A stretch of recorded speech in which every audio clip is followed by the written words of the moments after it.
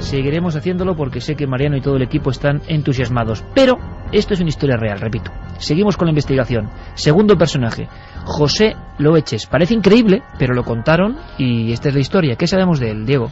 Bueno, José Loeches seguramente que a mucha gente le suena. José Loeches o Pepe Loeches es ingeniero de grabación, tiene en su haber 5 premios Grammy, nada más y nada menos, y aunque sigue ofreciendo clases magistrales sobre temas de sonido de vez en cuando y hace apariciones en radio de forma esporádica, hoy está retirado, se dedica a la apicultura. Nosotros conseguimos otra vez varias vías de contacto con él, conseguimos correo electrónico, conseguimos su dirección postal, conseguimos teléfonos, lo escribimos y la verdad es que en un principio no obtuvimos respuesta. Y yo intenté personalmente acceder a él usando las redes sociales, hubo un silencio absoluto y fue entonces cuando se puso también un poco en marcha la maquinaria, ¿no?, de Milenio 3, de Cuarto Milenio, con la ayuda de Carlos Largo, de Fermín Agustí y con la tuya, ¿no?, con tus propias gestiones. Sí, y llegamos a algo que es que la familia, al que mandamos un fuerte abrazo, como que no tenía ganas de recordarlo, y luego había una especie de confusión, y además aprovecho el momento para decirlo, sobre todo porque queremos que haya más datos. Si alguien sabe algo de esta historia, si algún técnico de sonido esté ya jubilado, haya trabajado en los 60, 70 en cierto estudio, pues quizás la noche perfecta para darnos datos, porque esto es para seguir la investigación. Queremos saber más. Yo recibí un amable mail de la familia de José Loeches, no sé si la hija o quién sería, pero estaba un poco molesta diciendo que habíamos contado el caso pues muy mal. Claro, es la confusión, ¿no? Nosotros nunca hemos contado el caso. Yo entiendo que hablando de misterio y de televisión piensen que efectivamente pues es Iker y su equipo, pero es que en este caso yo con muchas disculpas dije, no hemos tocado nunca este caso, nos encantaría. Si otros lo han hecho y lo han contado diferente o mal, pues en este caso de verdad no es nuestra culpa. En fin, no tuvimos noticias, pero seguiremos investigando. Lo importante es que hay datos reales, casos ante un suceso tan espectacular, tan increíble. Y si te parece, Diego, vamos a rescatar el corte de Pepe Loeches, esa eminencia, repito, 5 premios Grammy, que aseguraba a las cámaras de televisión española lo que vais a escuchar. Entonces paré la música y mi afán era de comunicarme con esta forma o con este tipo de energía, lo que quiera que fuera, ¿no? Porque lo de fantasma no me suena a mí muy allá, ¿no? Claro, lo increíble es que sean 2 cortes que seguramente procedían de un material más largo y que se han quedado ahí de momento y seguiremos investigando, pero claro, son personas físicas que responden a una profesionalidad, que no son interesados en estos temas y que contaban esto. Y que aunque no quieren hablar, Iker, yo sé que te confirmaron que esto fue real. Claro. No lo escondían. Otra cosa es que no querían volver a recordarlo, volver a revivirlo, pero eso, el tema está ahí. Bueno, lo que podemos hacer es eso, las vías de contacto toda la semana. Guillermo León también filtra un montón de información que llega a ikerjimenez.com, La Nave del Misterio en Facebook y Twitter. Hoy en día todo puede tener un alcance más próximo, todo está hiperhilado y lo que intentamos es saber más, desde luego, tanto para aclarar como para desmentir. Nos da igual, queremos saber, por favor, porque es importante. Creemos que es un caso de una magnitud tremenda y que ya se contó en su día. Lo que pasa que no queda buen recuerdo por parte de los protagonistas. Es una música, una historia y una serie de sucesos donde se repetía la visión de una sombra que no llegaba a ser humana, pero que lo parecía. Diego, que nos veremos con próximas historias y que disfrutaremos de este arte viejo y eterno de la radio. Un fuerte abrazo te voy a decir, pero bueno, que prácticamente nos informas ahora de todo lo que pasa en la otra frontera, en lo digital. En unos minutillos con Milenio Red. Hasta ahora, Iker. En unos minutillos no, amigo, ahora mismo. Ole.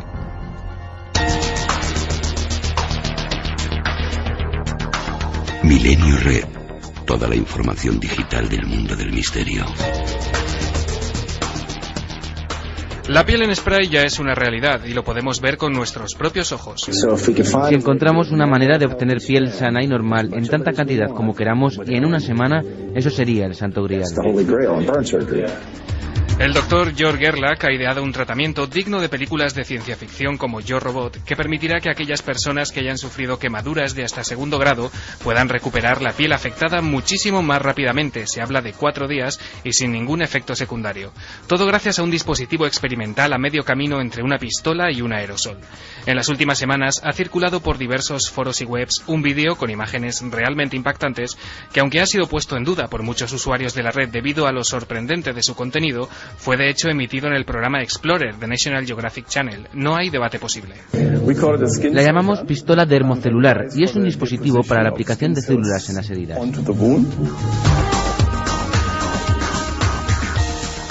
El sitio de noticias Avax News nos ofrece una oportunidad única de visitar algunos de los lugares más curiosos, oscuros y macabros del planeta, todos ellos reunidos bajo un título revelador, El Reino de los Muertos. Se trata de una galería fotográfica online que incluye impactantes imágenes tomadas en la iglesia de San Severo, hoy convertida en un museo privado de anatomía, o en las catacumbas de París o Palermo. Un asfixiante recorrido en blanco y negro por multitud de rincones que los turistas no suelen incluir en sus itinerarios vacacionales.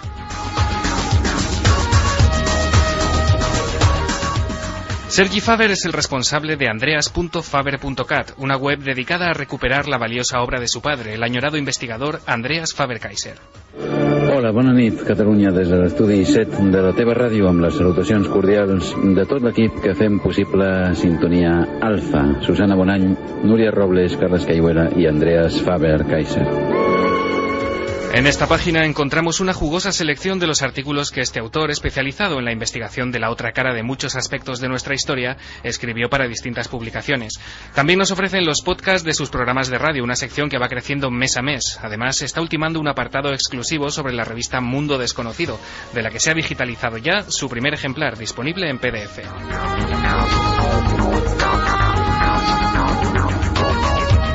Nunca en la historia de la humanidad la imaginación, la malicia en ocasiones y las posibilidades de engañar a todo el mundo al mismo tiempo fueron tantas. Y esto va a traer otro tipo de misterios, otro tipo de noticias. Por favor, mucho cuidado. Un bulo, en inglés hoax, es un intento de hacer creer a un grupo de personas que algo falso es real. Por desgracia, los aficionados al misterio estamos, o deberíamos estar, muy familiarizados con el término, puesto que los engaños masivos por medios electrónicos, especialmente Internet, tienen en estos temas un caldo de cultivo inmejorable, ya sea a través de foros, blogs, redes sociales o cadenas de mensajes en los correos electrónicos. Su propagación es rápida y tremendamente eficaz.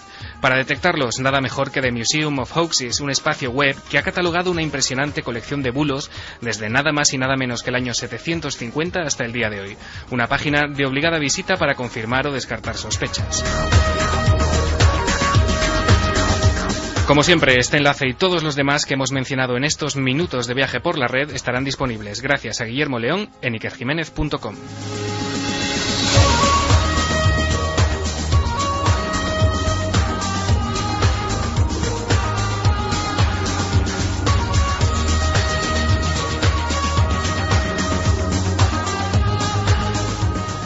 Tres y 20 minutos, toda la información de lo que pasa en la red. ¿Qué os parece si ahora escuchamos un piano, escuchamos un sonido peculiar, una de las bandas sonoras de este programa? Cuando suenan estas notas ya se sabe que vuelve a cambiar el ambiente, y es que esto en este programa es norma habitual. Lo habitual es que nada sea habitual. Entonces ahora llega el turno de la conspiración, de esas historias que trae Santiago Camacho.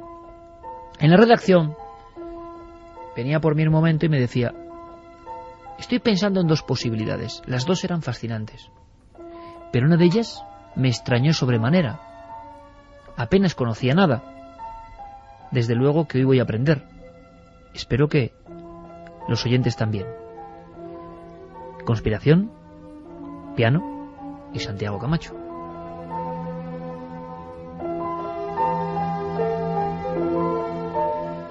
Pues han sido muchas las ocasiones en las que en este programa hemos hablado de la mítica Ahnenerbe, la oficina de ocultismo de las SS, y hemos hablado de ello por curioso y por ser algo completamente único e inédito en la historia. Al menos eso creíamos, porque ¿cómo se te queda el cuerpo, Iker, si te digo que en 1969 la Central de Inteligencia norteamericana fundó su propia oficina de ocultismo?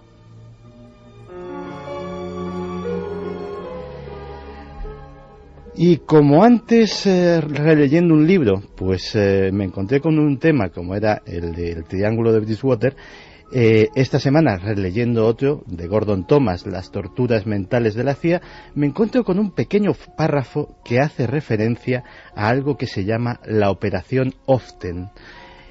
Y bueno, básicamente en esas líneas pues te da las indicaciones de que se trataba eso, de un proyecto sobre ocultismo por parte de la CIA. Así que automáticamente, en mi primera lectura, reconozco que me había pasado completamente por encima de este tema, me puse a investigar sobre ello y me he encontrado con datos absolutamente increíbles.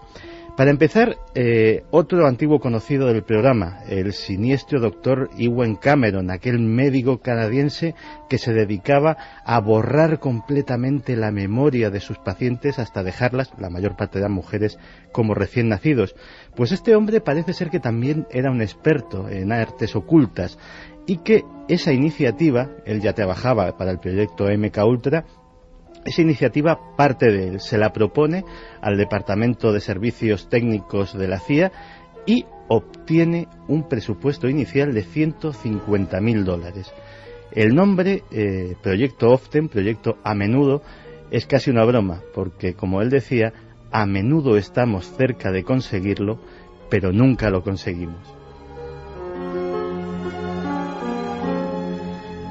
Según un documento firmado por Stanley Gottlieb, el director de ese Departamento de Servicios Técnicos de la CIA, la misión pretendía, cito, aprovechar las fuerzas de la oscuridad y poner en cuestión el concepto de que las zonas más íntimas de la mente son inalcanzables.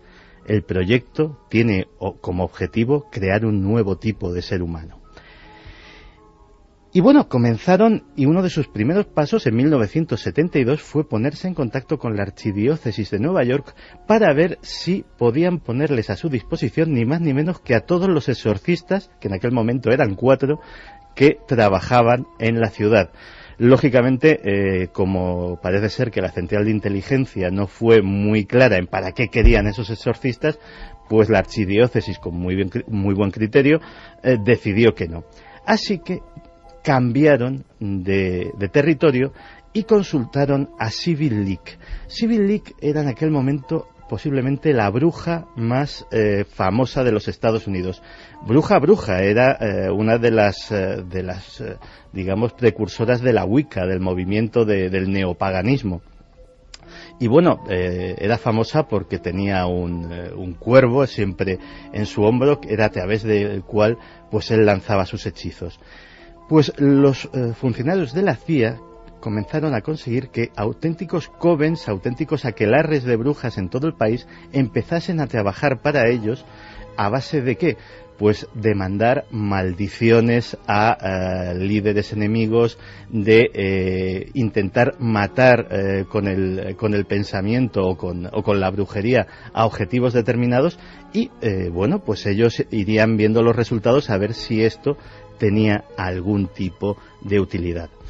Normalmente se presentaban como investigadores de un falso Instituto de Ingeniería Científica, nombre que había inventado el propio Cameron, y bueno, estos investigadores convencieron a una serie de clarividentes para que trabajaran como asesores de un programa de educación bastante impreciso que se llevaba a cabo en un edificio secreto de Washington. En ese edificio era frecuente pues ver a hombres de largas barbas y túnicas blancas vestidos de druida o mujeres ataviadas de gitana hablando con gran seriedad con pulcros agentes de la CIA de traje gris interesados en identificar cómo la interpretación de las líneas de la vida o de los bultos de la cabeza de una persona podía servir a las labores de inteligencia. Incluso llegaron a contratar a un astrólogo de San Francisco especializado en definir el carácter a través del color de los ojos de las personas. Eso sí, poco antes de que se hiciera público que era un completo farsante. No obstante, ellos no se desanimaron y siguieron viendo a ver cómo la brujería y las artes adivinatorias podían usarse en el espionaje y contraespionaje. Les interesaban especialmente prácticas como el vampirismo psíquico, el vudú y los viajes astrales. También consultaron a varios demonólogos para ver si era posible invocar a las fuerzas de la oscuridad para que les ayudasen en algunas misiones. En mayo de 1971, la Operación Often tenía en nómina a 3 videntes profesionales contratados a jornada completa. Cada uno de ellos cobraba $350 por semana, más gastos, para compensar sus ingresos habituales, ya que la CIA era su único cliente.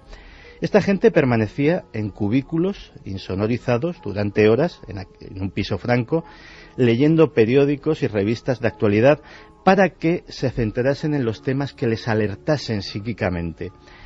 Entonces grababan en cinta todo lo que se les ocurría y cómo podría desarrollarse la continuación de un acontecimiento concreto que les llamase la atención.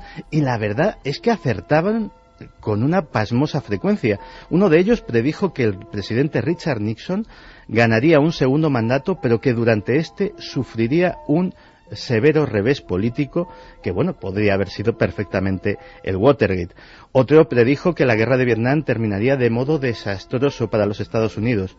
Y un tercero, que el secuestro de aviones se convertiría en la mayor amenaza para los Estados Unidos en un futuro.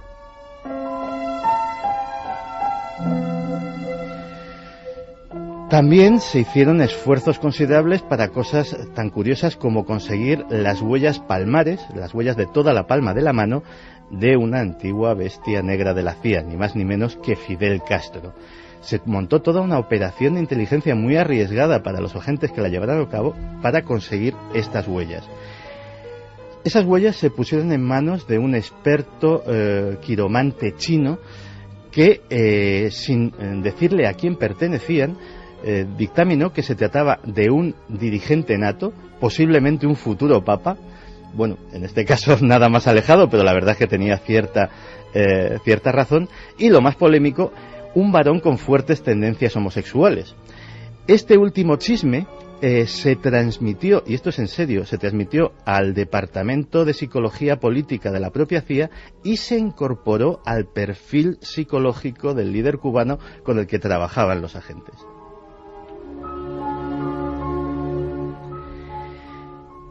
En octubre de 1970 también se consideró la posibilidad de situar videntes como estos que tenían encerrados en ese edificio de Washington en puntos estratégicos del telón de acero. La intención era que sintonizasen con lugares como Berlín Este, Varsovia, Moscú, y que observasen las vibraciones que captaban por si podían tener noticia previa de algo importante que sucediese en esos lugares. Curiosamente se abandonó la propuesta no por descabellado, sino porque resultaba muy costoso que los videntes hablasen ruso con fluidez, con lo cual no encontraron personas que tuvieran ese don y esa capacidad para los idiomas y por tanto pues tuvieron que abandonar el proyecto.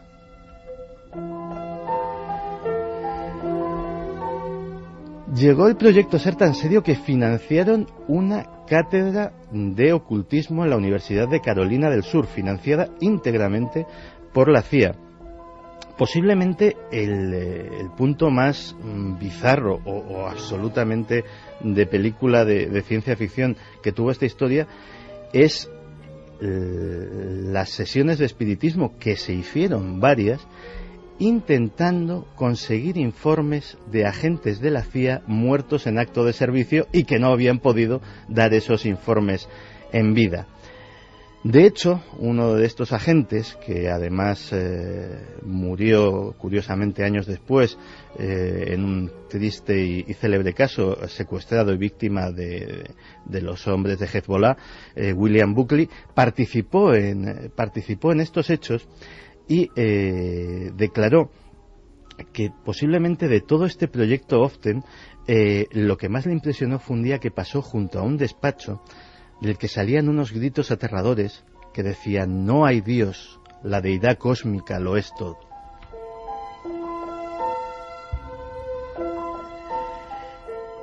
Inducir posesiones demoníacas, aprovechar el poder de la sugestión mágica, en definitiva, que ese tremendo poder que tienen los brujos vudú de Haití o que tenían las brujas medievales, ver si fuera sugestión o fuera real, lo podían utilizar en su beneficio los agentes de la CIA. Hay una cosa que, atando cabos, esto es teoría personal mía y como tal lo anuncio, no como un hecho, como lo que ha sido hasta ahora, sí que me ha llamado mucho la atención. Todo esto se desarrolla en unas fechas muy concretas, que son principios de los 70, en las que muchos años después se reportan lo que en la psicología psiquiátrica estadounidense se llaman los casos de abuso ritual satánico. Un montón de jóvenes declaran a sus terapeutas que cuando eran niños, sus padres, que generalmente procedían de ambientes políticos o muy vinculados a la CIA, les hacían participar en extraños rituales de brujería, en extraños rituales mágicos, incluso con sacrificios humanos, y con abusos sexuales, etcétera, etcétera.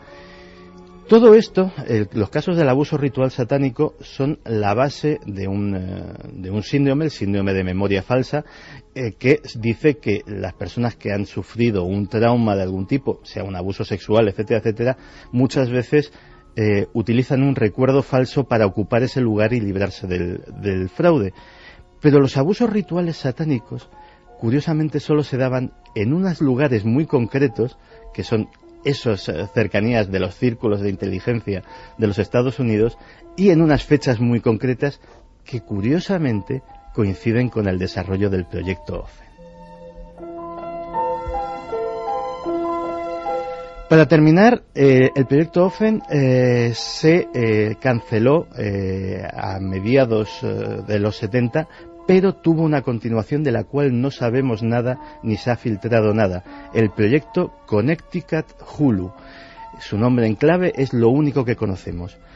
Y solamente una cosa más. No hay que confundirlo con otro proyecto que se llamaba MK Often, que estaba en el ámbito del MK Ultra y en el cual participaba un español.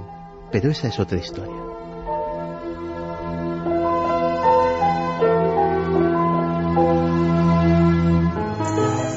En busca de una explicación. Iker Jiménez, Milenio 3. Hay que ver, Carmen, lo que se aprende releyendo un libro, ¿eh? O sea, un libro que te has leído, sí. Qué arte ese de releerlo ya leído. Yo me he encontrado con tantas sorpresas en parece tantas que lees ocasiones. Otro libro a veces, ¿verdad? Aunque te acuerdes de lo que has leído, parece que descubres nuevas cosas y te relees. ¿Será que es otro libro? Esas páginas. ¿Que tú eres otro? Exactamente, es otro libro lo porque tú eres otro. Ojos, totalmente de acuerdo, y qué bonito debate podría surgir aquí, y además lo podemos hacer en una próxima semana preguntando a los oyentes relecturas de libros que le han mostrado, o sea, libros que nos parecían horribles, crípticos, y que luego se han convertido en maravillosos, que releídos 10 años después han dado un dato, o que página al margen mostraban una historia que era clave y que tú tenías ahí olvidada. Pero ha ocurrido muchísimas veces. Yo me estaba leyendo recientemente Encuentros en Montaña Roja, de JJ Benítez, y ¿por qué no era lo mismo? Pues es sorprendente.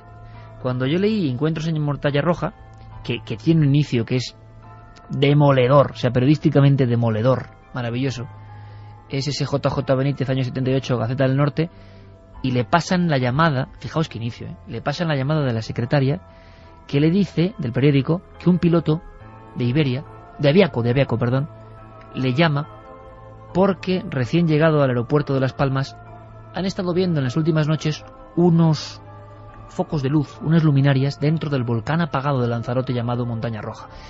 Y el comandante Gárate le dice a Benítez, oye, vente para acá porque eso no es normal. Podrías incluso bajar al cráter. Y es la aventura de Benítez convenciendo a su redactor jefe para salir al galope, coger un vehículo, irse al aeropuerto y llegar a ese lugar que era remotísimo, el faro de Punta Pechiguera y ese cráter tan especial. Porque yo lo leí de niño, Encuentros en Montaña Roja. Cuando lo leo ahora hace unos días, mis sensaciones eran tremendas, increíbles, la magia de los libros, ¿verdad, Santi? Porque claro, yo he estado ya allí y pasé bastante inquietud, tengo que decirlo. Es un lugar muy especial. Cuando vuelves a leer un libro que te cuenta algo que ha cambiado dentro de tu propio paradigma, que representa otra cosa, ves que hasta las mismas frases significan otra cosa. Con lo cual la magia del lenguaje, la interpretación, la receptividad de un texto que nos parece algo muerto, algo ya plasmado, no. Es como la música. Cambia, como cambia nuestra vida. Es algo bien misterioso.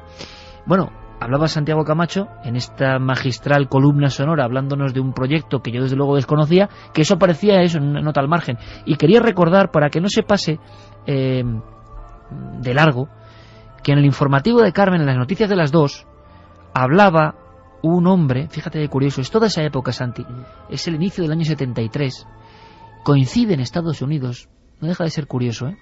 Tengo un libro aquí, bueno, desencuadernado por completo, que pone DISO, que era el grupo que yo tenía de niño en Vitoria, Antonio Rivera, secuestrados por extraterrestres, el famoso caso de Pascagoula en Mississippi. Es muy curioso, dos hombres que trabajan en los astilleros, Charles Hickson, que es el que ha muerto, y Calvin Parker. En toda esa época, he contado ya, ha narrado perfectamente Santi Camacho, describen algo tan absurdo, ¿no? ¿Quién sabe si eran experimentos de alucinaciones o no? No lo podemos saber. Pero ellos describen que de pronto ven una especie de aeronave flotando en el propio lago Pascagoula, el Mississippi. Están los dos tranquilamente charlando, cae la noche y de inmediato, fijaos qué visión, qué fuerza, ¿no? Ven un objeto y casi sin darse cuenta ven ya tres figuras que no saben si están nadando o caminando, pero que como provistas de un patín invisible están acercándose a ellos. Son tres gigantes, tienen los brazos un poco separados del cuerpo y una especie como de cráneo deforme. No hay ojos, todo es oscuridad y una especie de pico. Es una cosa horrible, inexplicable y que cuentan bajo hipnosis. Varias en diferentes hospitales militares. Les obligaron a callar. Año 73, ahora ha muerto el testigo. Uno de esos casos increíbles que es en pleno caldo de cultivo de las creencias, como ha contado Santiago Camacho. Como él decía, quizá todo esté interconectado, quizá no. Pero desde luego, qué época más especial, los años 70. Y en la redacción, donde se cuece todo este programa, había, no discusión, pero sí uníamos datos de una palabra que ya ha surgido en estos micrófonos y que aterra: muti. Santi aportaba que en Londres habían aparecido troncos flotando y extremidades de niños. Exacto, niños africanos sacrificados. Un niño negro, sí, apareció, además estuvo muy investigado por la policía y es cuando empiezan a descubrir que en Londres se están haciendo este tipo de rituales. Y sobre todo en algunas zonas de Uganda, Tanzania, parece que la persecución al albino se ha convertido en algo terrible, o sea, en una especie como de plaga, donde en este caso el negro ataca al blanco, es así, al que es blanquecino y que lo creen producto de una relación incestuosa. Cuando en los tiempos remotos había personas que nacían con deformidades o que eran diferentes, incluso la propia teología admitía que eran unión incestuosa entre hombre y animal. Lo cuenta el médico Ambrose Paré. Es decir, siempre hemos creído al diferente como un estigma, como algo marginal, algo terrible. En este caso el albino representa una anomalía y se está utilizando en brujería. ¿Os acordáis, amigos, Santi y Carmen, que en Cuarto Milenio hablamos del muti y hablamos con testimonios de la BBC que investigaban en el terreno lo que parecía ser una ola de sacrificios terribles? Hubo personas, claro, es que el mundo está lleno de listos, que dijeron que eso era un fraude, que no era así, que se lo había inventado la BBC, que no tiene otra cosa que hacer, ¿no?, que inventarse cosas con niños y sacrificios, y desplazando allá al lugar de los hechos un equipo. Bueno, pues John Sistiaga, yo creo que no hace falta presentarle, ha estado allí. Ha traído unas imágenes impactantes y sobre todo una experiencia cerrada al corazón que es muy difícil de olvidar, me imagino. Ha indagado en el muti y ha hablado con nuestros compañeros Fermín Agustí y Carlos Largo. Este es el resultado. Podemos decir, como tú ya adelantabas en el informativo, Carmen, que hay áreas, incluso frases, incluso escenas que dan náuseas, sinceramente. Pero está ocurriendo y tiene que ver con la magia. Por eso lo contamos. La historia del muti y de la persecución al albino, hoy, siglo XXI, en algunos puntos de África.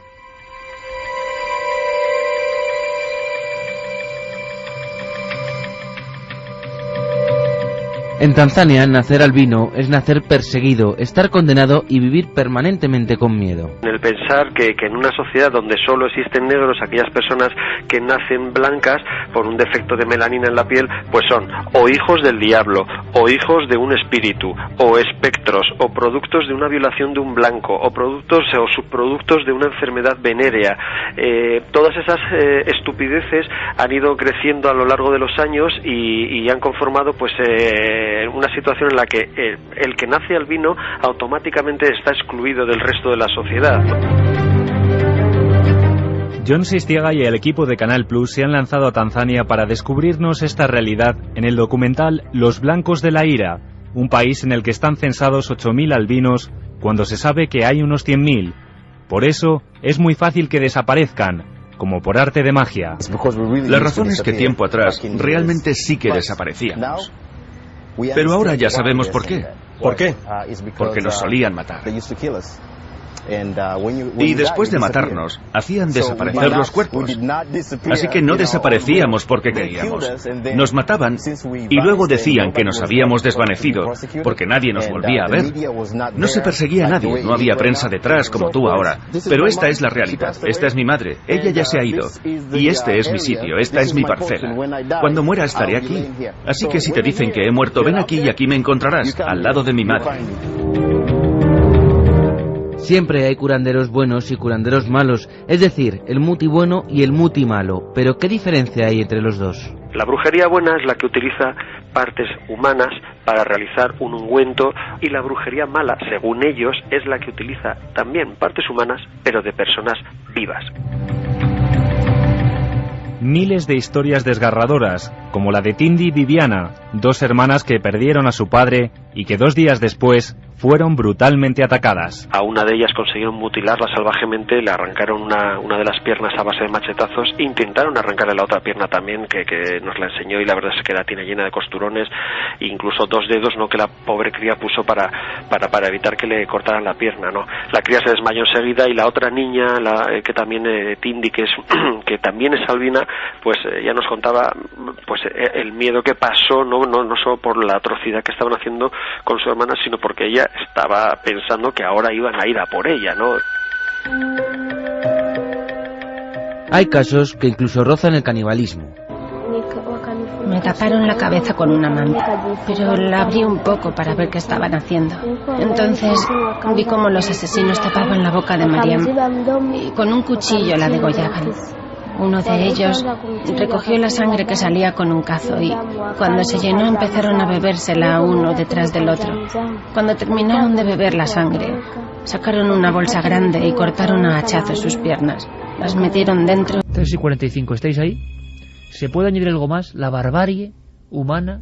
Santi, yo no sé si esto es de ahora, es de siempre, pero es que, ¿cómo es posible, no?, que haya semejantes arrebatos de odio contra seres indefensos? Algunos pueden pensar es la larga y eterna canción de toda la historia de la humanidad, pero ya en el siglo XXI el poder de la magia, yo pienso que lo sagrado, lo mágico, lo invisible, lo maravilloso, lo inaudito, lo misterioso, lo inexplicable es magnífico, pero claro, hay como una vertiente que casa muchas veces con la incultura, con la brutalidad y con la falta de sensibilidad, y el caldo de cultivo, el cóctel es explosivo. Sí, además el problema en cuestión es prácticamente común a toda la África subsahariana. No estamos hablando de un país en concreto. De hecho, incluso en zonas desarrolladas, en ciudades que nos pueden parecer modernas, donde ha habido un mundial de fútbol, en Johannesburgo, los angomas sudafricanos, evidentemente con mucha menos impunidad, con bastante más presión policial, cuanto más desarrollado está el país, lógicamente mejora la represión de este tipo de prácticas, pero están muy arraigadas, y estamos hablando además, curiosamente, de pueblos que aparte de su raza no tienen nada en común. Los zulús de Sudáfrica no tienen nada que ver con los masáis, no tienen nada que ver con multitud de etnias que hay en toda África, y sin embargo sí que esto, junto a la mutilación genital y otro tipo de prácticas ancestrales igualmente bárbaras, pues sí que es uno de los grandes problemas que tiene África, para el África subsahariana, para despegar y librarse un poco de un lastre de tradiciones que le pesan. Y un mito que es propio, que hemos visto en muchos pliegos de cordel, y en España en el siglo XX, final del XIX, principio del XX, del vampirismo, del beber sangre, es curioso, ¿no? Ahora se sigue dando pues en estas latitudes y con una brutalidad manifiesta y tremenda. Yo creo que seguiremos indagando, pero de verdad que esto pone hasta mal cuerpo. Como pone mal cuerpo esta noticia que nos llegaba a través de la web, y que siempre estamos como muy deseosos de informar de esta barbaridad, pero para si podemos hacer algo, ¿no? Y para incluso se puede identificar a los desgraciados que hacen algunas cosas que yo es que no puedo ni entender. Nos llegaba un mail desde Pedro Muñoz, Ciudad Real. Exactamente, Iker. Yolanda nos mandaba un mail pidiéndonos ayuda contra el maltrato animal en Pedro Muñoz, en Ciudad Real, como bien decías, porque la pasó a una gatita suya. Una gatita mestiza que tiene, sale a dar un paseo porque sale siempre por la ventana y al regresar regresa con una especie de dardo casero clavado en un ojo. Tú lo has dicho, dardo casero. Exactamente. Dardo casero porque era como una especie de punzón que llevaba como enrollado una revista y todo eso cogido con cinta aislante. O sea, alguien había estado haciendo esos dardos para hacer daño a los animales. A su gatito se lo clavaron justo en el ojo. Nos decía que claro, que la llevó enseguida a urgencias donde la tuvieron que operar y no solo la atraviesa el ojo, sino que también la traspasa el cráneo. Tú imagínate la fuerza con la que tiene que ir ese artilugio. Y este caso, que es esporádico, y dices, bueno, una desgracia, resulta que en toda la zona de Pedro Muñoz un montón de personas aseguran que están llegando animales con estos dardos caseros. Exactamente. Algún indeseable. Enviados a distancia y atacando a animales y a mascotas, ¿no? Algún indeseable o indeseables pues están haciendo daño a los animales. Pero claro, ¿cómo pueden controlar que ese dardo no se vaya a una persona, a un niño que esté jugando? Sí, pero sean niños y animales, es sea increíble. Lo que sea. Bueno, pues el ayuntamiento al parecer puso una nota, la ha retirado, no sabemos por qué, pero pedimos ayuda a los vecinos de Pedro Muñoz. Si alguien sabe quién son estos indeseables, estos malnacidos que hacen daño a los animales, por favor, que informen a las fuerzas de seguridad, que informen a la policía y que se pueda hacer algo, porque parece que cae todo en saco roto, pero no es así. Mira, ahora el refugio ha llevado a Bush, que es un perrito que tenía 3 meses cuando lo recogieron, tenía destrozada la cara, perdió un ojo, porque su dueño lo había apaleado hasta casi matarle con solo 3 meses.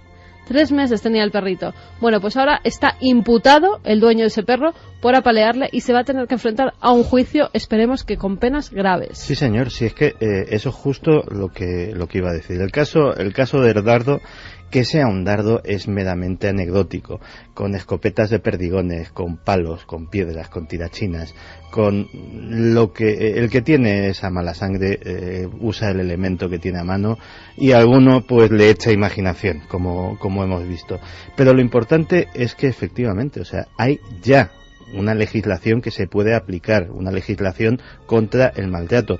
E igual que hasta que no ha habido, en el caso de la violencia de género, hasta que no ha habido denuncias y hasta que no se han implicado tanto las propias maltratadas como los vecinos, como la gente de alrededor, pues no se ha empezado a actuar y no se han empezado directamente a salvar vidas. Todavía, por desgracia, no se salvan todas, pero a mitigar mucho y sobre todo que haya una conciencia del problema, pues hasta que no haya denuncias por parte de la gente que ve y que no lo vea como una gamberrada o como algo que directamente dice, jo, qué asco, pero vuelvo la cabeza, sino directamente, oye, cojo el teléfono móvil, claro, y llamo a la policía local, pues probablemente pues el problema seguirá existiendo. Lo que está muy claro es que nos hacen creer, es una evidencia, que somos todos una misma humanidad, pero claro, es que dices, bueno, ¿qué tendrán que ver algunas personas con los que hacen lo del muti, con los que mutilan animales, con los que apalean a un cachorro de 3 meses hasta la... Es que dices, evidentemente la especie humana tiene tanto... Decía, yo creo que fue Salvador Dalí, la frase, y le he comentado más de una vez, hay más diferencia entre un hombre y otro hombre que entre 2 animales de diferente especie, y yo creo que estaba en lo cierto. Y tú fíjate cómo nos paga la naturaleza, que en Paterna, por ejemplo, están utilizando a esos perros que han sido maltratados, que han sido recogidos porque han sido abandonados por sus dueños, pues los están empleando en ayudar a ancianos en sus terapias y a niños con problemas, y están haciendo efecto esas terapias con esos animales. Pues nos alegra un montón porque están siendo muestra de lo que tienen dentro. Nosotros siempre estamos muy receptivos. Y luego la gente también es muy radical, incluso las personas se enfrentan en posturas y yo creo que hay que ser muy laxo, pero desde luego tener claro que es una cuestión de sensibilidad. Esto está pasando ahora, nos ha escrito una amiga sin medios prácticamente, por favor, si podéis decir algo, decirlo, y nosotros no podemos más que decir que stop a esa falta de sensibilidad tremenda, ¿no? Ojalá sirva para algo. Vamos ahora con otras cosas, con vuestros mensajes, pero en este caso, del mundo del misterio. Ana Ismana dice que genial las dramatizaciones, que se echaban de menos, todo un acierto, volver a ellas. Andrea Vázquez realmente estaba cocinando unas empanadas para mañana que me voy al campo y me he tenido que dar la vuelta varias veces para ver la puerta de la cocina del Yuyu que me ha dado la narración. Felicitaciones. Y eso que no quería dar miedo. Pues no, yo creo que les va a haber peores, sinceramente. Bueno, pues pero no es el objetivo, ojo, no es el objetivo. Younes dice, este verano he estado escuchando los MP3 de los antiguos programas de Milenio y las dramatizaciones con las voces de talentos como Primitivo Rojas, por citar uno que me gustaba mucho. El gran Primitivo Rojas, aquí nos quitamos los tres el sombrero, ante el gran maestro Primi. Ante Primi. Ya intuía que tarde o temprano volverían, sobre todo al ver que habría una sección basada en hechos reales. Eso sí, la voz del documental me obliga a asociar definitivamente a Milenio 3 con la 2 de Televisión Española, y no lo digo en sentido peyorativo. Y ya si pones una sección de actualizaciones en las que se analizaran los clásicos a la luz de las nuevas tecnologías disponibles, sería el no va más. Pues pero esos casos que dan miedo, pues mira, justo como lo que contábamos antes de lo de Coleman, que efectivamente hay una filmación de los años 60 y ahora se pueden aplicar una serie de tecnologías sobre esa filmación que evidentemente no estaban disponibles en la época y arrojan nueva luz. Vamos, Iker, con los ganadores de Confession. Sus alumnos mataron a su hija y ella ahora no busca justicia, solo venganza. Pues el primero es para Javi Corral, que nos decía, pues mirad qué casualidad que ahora mismo estoy en un estudio en pleno descanso de tanto componer. Un estudio de grabación. Así que gracias por amenizarme este rato con este interesante tema. Oye, el mejor lugar para escuchar esta historia es ahí, como lo he hecho yo antes, apagado en un estudio de grabación. No, además, con los monitores del estudio, que aquello se oye absolutamente de forma maravillosa, pues de verdad que lo disfrutes, amigo. Y te imaginas que de repente en algún lugar de ese estudio se pone la música que estábamos escuchando. Víctor López González es otro de los ganadores. Dice, impresionante el relato sobre la cinta. Es fascinante la relación entre los medios audiovisuales y la captación de fenómenos extraños, aunque sea de forma involuntaria. Me recuerda cuando rodamos un cortometraje en el Hospital del Tórax. Los fotómetros se volvieron locos en un par de habitaciones. Cuando revelamos el negativo estábamos nerviosísimos esperando ver algo que no debiese estar ahí, pero no hubo suerte. Hablando de grabaciones, ahora os cuento algo porque mañana vuelve el Cuarto Milenio y tiene que ver con todo eso. Y el último de los DVDs es para Antonio Zamora, que decía, me encantaría que recrearais la historia de Xavier C. y la abducción en el dolmen de Vallgorguina. Impresionante la historia. Bueno, lo contó Javier Sierra y quizá un día se dramatice, claro que sí. Pues ahí están los ganadores de Confessions y gracias de nuevo a Media 3 que nos envía estos. Y mañana, si tenéis a bien abrir la puerta de este club de amigos del misterio, de este club de locos, clarísimamente, y menos mal, y por fortuna, que miran la vida con otros ojos, os esperaremos más allá de la medianoche, porque sabéis que la tele está cambiante. Bueno, hay que hacer un poco de esfuerzo, lo sabemos, pero mañana comenzamos nuestra investigación. El lugar Belchite, y nos hemos quedado de piedra. No se puede adelantar mucho, pero de piedra. Solo que han pasado cosas. Eso ya es mucho. Y cosas que no podemos explicar, algunas por ahora. Bueno, pues mañana lo contamos todo. Mañana volvemos. Alguien nos dijo que eso de hacer televisión y radio a la vez era imposible. Nos lo dijeron el año 1, día 1, mes 1. Y lo dicho, todo el mérito es vuestro, porque seguís aguantando nuestras historias y lo agradecemos muchísimo. Representa algo aséptico, información. Es curioso el poder evocador de la radio, porque la información se puede convertir en algo que va directamente al corazón, al alma, algo que nos sobrecoge. He tenido la oportunidad en estos minutos en los cuales vosotros escuchabais, amigos y amigas, a los compañeros que informan, y nunca yo creo que se hace justicia a la labor de nuestros colegas de los boletines informativos, dando puntualmente hora y tiempo de lo que pasa en el mundo. Pocas veces han ocurrido tantas cosas como hace 10 años. Un día como hoy, hace 10 años. Como digo, he tenido la oportunidad de casi ver fugazmente, sentir fugazmente, escuchar fugazmente el breve homenaje, se puede decir así sonoro, que hacen a las víctimas, a lo que ocurrió el 11S y sobre todo a la labor de la radio, de la cadena SER en concreto, que hacen nuestros compañeros Fermín Agustí y Carlos Largo, con la ayuda inestimable del servicio de archivo y documentación de esta cadena. Será una cosa que iremos poniendo en marcha. Vamos a recuperar grandes misterios tal y como los contó la cadena SER. Historias que cambiaron el mundo. Pero yo os lanzo una pregunta ahora mismo. A todos los que estéis escuchando. A que no habéis podido olvidarlo nunca. No solo lo que pasó el día que varió la concepción del siglo XXI.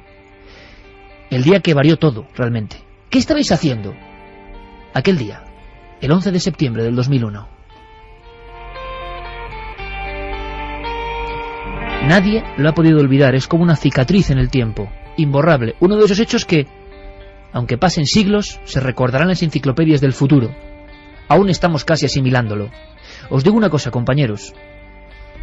Al escuchar las voces de amigos que ya estaban aquí, que ya estábamos aquí, compañeros de la radio, informando en vivo, y eso que lo hemos hecho muchas veces, escucharlo en reportajes, revisarlo incluso en temas de Milenio, sigue produciendo un extrañísimo efecto, un efecto emocionante, un efecto que sobre todo va como recuerdo a tanta gente que murió, no podemos olvidarlo, que murió en aquella cárcel que fueron los edificios desplomándose. Al margen de conspiranoias y al margen de extrañas ideas que pueden tener razón o no. Esto es un puro homenaje de voz, de sentimiento. Un día como hoy, 10 años después, en este mismo estudio, no podemos olvidarlo. Así lo contó la cadena SER. Así lo cubrió la SER. Crónicas imposibles de olvidar. Se cumplen 10 años de la catástrofe que cambió el mundo. Todos sabemos qué es lo que estábamos haciendo en el momento de los atentados de las Torres Gemelas. Eran las 3 menos 5 de la tarde en España cuando José Antonio Marcos contaba esto en la cadena SER. Hora 14. José Antonio Marcos. Son las 3 de la tarde, menos 5 minutos. Estamos pendientes siempre de la última hora y en este momento estamos viendo unas imágenes espectaculares por televisión. Parece que algo ha ocurrido en Nueva York, en el World Trade Center, en las Torres Gemelas. Un avión podría haberse estrellado, ¿no es usted? Sí, en un principio parece que ha sido un avión pequeño. Estaba terminando el hora 14 cuando una avioneta impactó contra una de las Torres Gemelas. La cadena SER contactaba con su corresponsal en Nueva York, Javier del Pino. Buenas tardes, ¿qué tal? Apenas se sabe que se trataba de una pequeña avioneta de pasajeros. La gente que trabaja en esas torres, que son las más altas de Nueva York, la vio venir. Uno de los testigos contaba que parecía que iba a pasar. Todo el mundo veía que la avioneta volaba demasiado bajo y que se acercaba demasiado a las oficinas de la parte de arriba. Desde donde yo estaba, la avioneta se ha acercado volando bajo y se ha estrellado contra la parte alta de una de las torres, aproximadamente 20 pisos por debajo del tejado. Veíamos que volaba demasiado bajo. Ahora no sabemos muy bien lo que pasa, pero podría haber mucha gente por allí. Ante el desconcierto de los primeros minutos llegan nuevos datos a la redacción de la SER. Ahora son las 2 torres gemelas las que están en llamas. Una de ellas, la que ha tenido, digamos, el golpe principal, la primera avioneta, en torno al piso número 80. Esto significa 15 pisos por debajo del tejado. No solamente la gente que haya podido verse afectada en esas oficinas, en esa parte, en esos 3 o 4 pisos. Eran las 3:15 aproximadamente, y hora 14 recoge un nuevo testimonio. Usted no estaba dentro esta mañana. No, inclusive estaba vistiéndome para ir a trabajar cuando escuché la primera explosión. Y claro, se quedaría de piedra. Sí, bueno, abrí la ventana porque tenía las persianas cerradas, escuché la explosión y fue muy raro. No me parecía. Y en directo ocurrió lo que nadie quería imaginar. José Antonio, se ha desplomado una de las 2 torres. Adiós. Se acaba Ahora de desplomar. mismo, efectivamente. La torre que en principio fue la segunda contra la que colisionó la avión. El país estaba consternado. José Antonio Ponseti se encontraba en la ciudad de Los Ángeles. Y nos hemos despertado con la noticia de lo que está sucediendo en el país y con una ciudad de Los Ángeles vacías. Ahora mismo la policía ha tomado la ciudad. Están dando avisos por televisión. Interrumpimos. Se cae la segunda torre. Javier del Pino, ¿qué es lo que acaba de ocurrir? Se ha caído la segunda torre gemela. Las torres gemelas son historia. Las Torres Gemelas son historia. Y estas, algunas de las voces de su recuerdo. Es horrible, no tenemos control de nada. Ellos tienen el poder. No, nosotros estamos intentando llamar afuera de... Hoy a las 3 menos 5 de la tarde volveremos a escuchar cómo contó la SER aquel 11 de septiembre del 2001. Toda la emisión en cadenaser.com.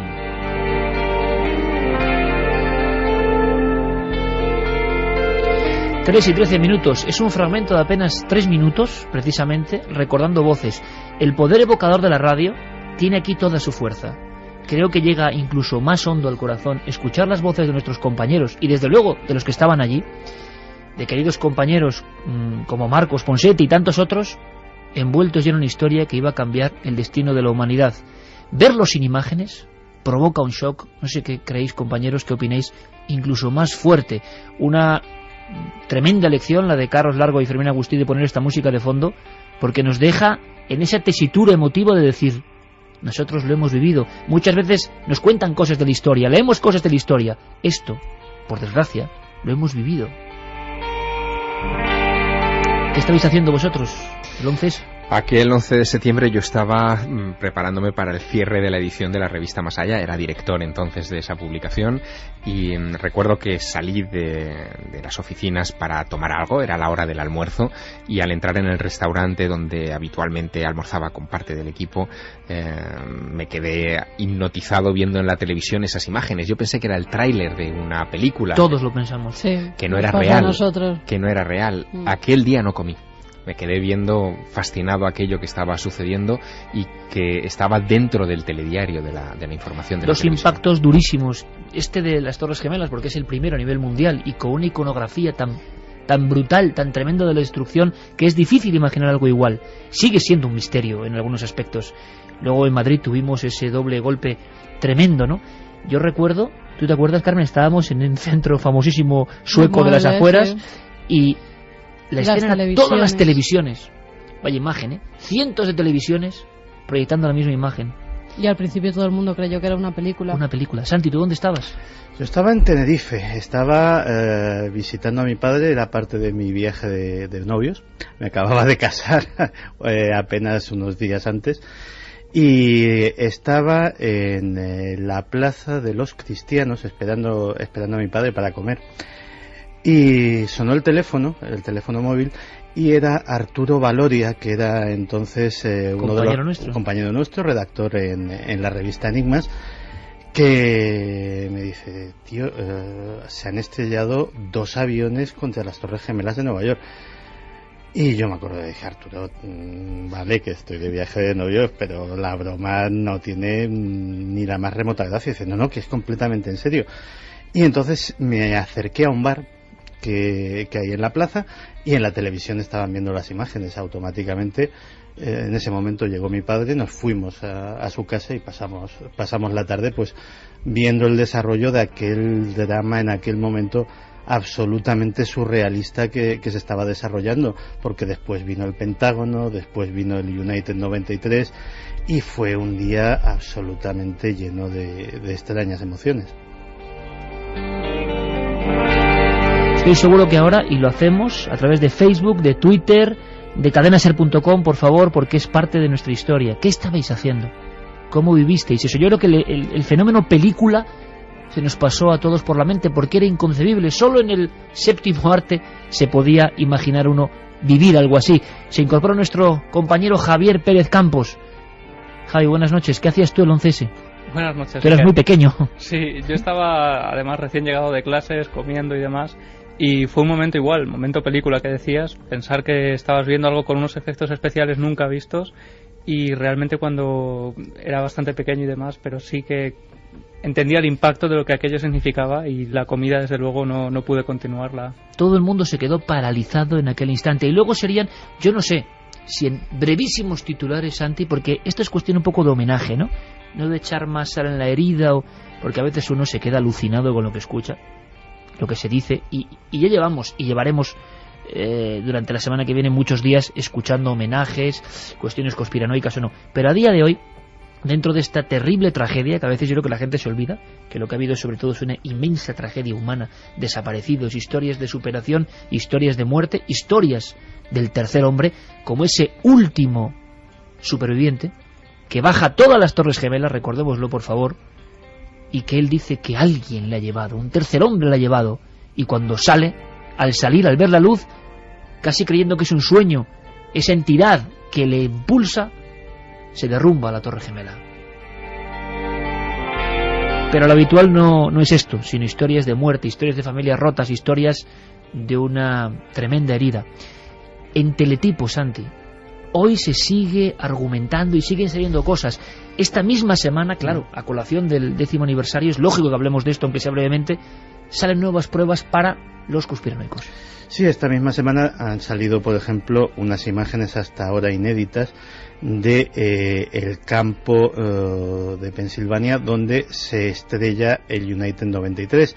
Esas imágenes inéditas han dado nuevamente lugar a una de las polémicas, que es si realmente fue el fruto de esa rebelión de los pasajeros la que terminó con el avión en el suelo, o, como dicen las tesis conspiranoicas, fue directamente derribado por las fuerzas aéreas estadounidenses. ¿Y qué se aprecia en esas imágenes?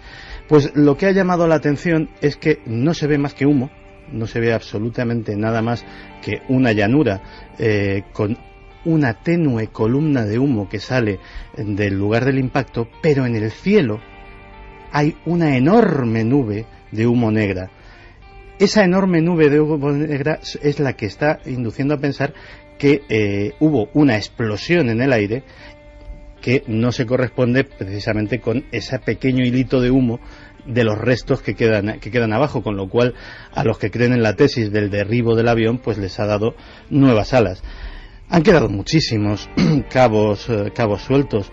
Ahora mismo estamos centrados en la historia de los aviones, pero aquella semana dio para más. Empezaron las famosas cartas con Anthrax, que empezaron a llegar a redacciones políticos. ¿Fue aquella semana? Sí, fue a los pocos días, y ese caso nunca se ha terminado de cerrar. Se cerró más o menos en falso, con la implicación de un científico militar estadounidense, Bruce Ivins, que convenientemente se había suicidado en 2008, y bueno, ya no había forma, cuando ya el FBI dio su informe definitivo sobre el tema, de implicarle. Toda la investigación del FBI, a los pocos meses de empezar, empezó a centrarse sobre todo en Fort Detrick, la gran instalación del ejército norteamericano en guerra biológica, porque la cepa había salido de allí y probablemente el responsable era alguien de ese personal.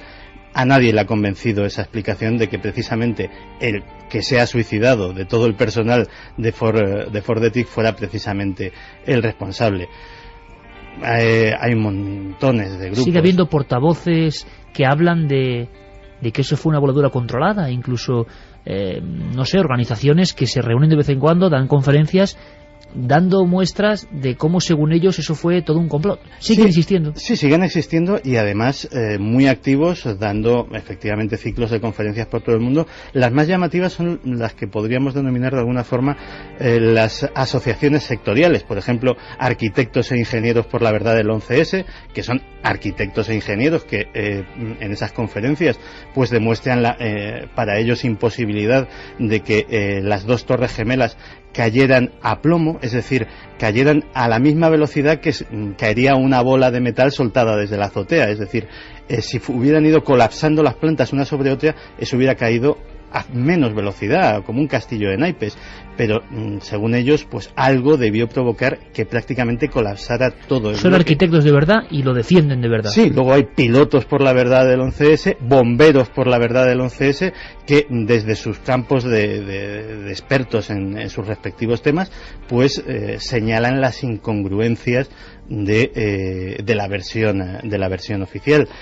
Y luego, bueno, pues aparte ha habido casos y cosas también que han quedado en el aire. Por ejemplo, la conexión española del 11S.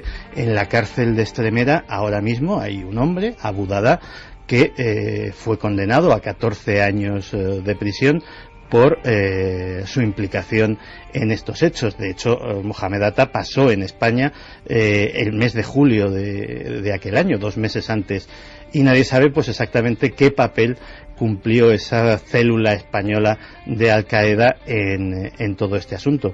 E incluso historias de sincronicidades absolutamente fascinantes. La que más me fascina a mí es la de John O'Neill. John O'Neill era el jefe de seguridad de las Torres Gemelas. John O'Neill había trabajado en el FBI toda su vida y era el hombre que más empeño había puesto en alertar a la sociedad norteamericana y a su gobierno sobre lo peligroso que era un hombre, Osama Bin Laden. Se había metido en serios problemas con diplomáticos en países como Arabia Saudí. Se había metido en serios problemas con sus propios superiores.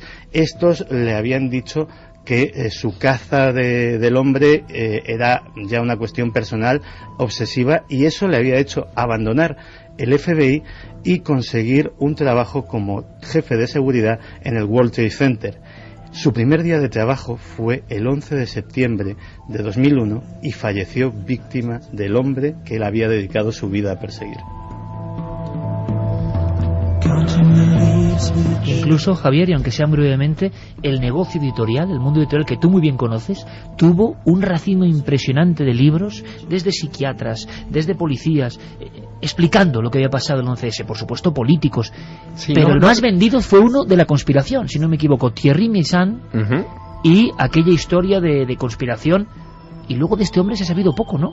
Bueno, él sigue, sobre todo trabajando en Internet y trabajando desde países de la ribera árabe del Mediterráneo. Proyectil se había estrellado contra... Exactamente, que no se había estrellado ningún avión en el Pentágono, sino que había sido un misil, y lo argumentaba con todo tipo de detalles, de imágenes, de exámenes de esas imágenes. Bueno, el tema sigue siendo muy, muy controvertido, y de hecho todavía sigue vivo, o sea, pese a que ha habido muchos intentos por desacreditarlo. Y es verdad que el mundo editorial reaccionó, pero fíjate, yo creo que a diferencia de otros sucesos de este tipo, fue tal la conmoción que no fue una reacción inmediata, es decir, no fue a las 2 semanas que ya... Hubo un proceso de asimilación. Tuvo que haber un proceso de asimilación, sin duda.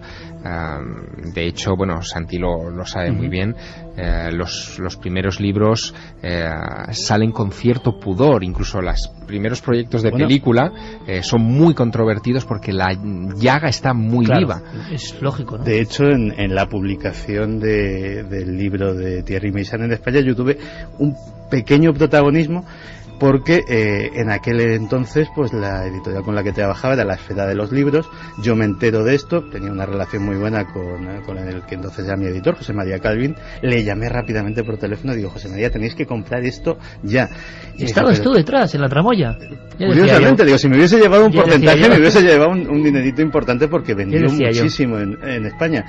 Pero incluso, bueno, pues tuvimos una pequeña discusión porque él como que no lo veía. Yo le dije, pero es que este material... ¿Le dieron un sinfín de ediciones? Sí. ¿Me quieres decir que no te dieron ni un obsequio, ni un regalo, ni un detalle? No, pero bueno, en aquella época yo publiqué mi primer libro, que tampoco fue nada mal de ventas, y me quedé bastante conforme. ¿Qué estabais haciendo el 11S? Pues la gente se acuerda perfectamente de lo que estaba haciendo. Y que no me acordaba antes de decir que sorteábamos 3 películas. Yamato, que es número 1 en Japón, es una película que se centra en el año 2199.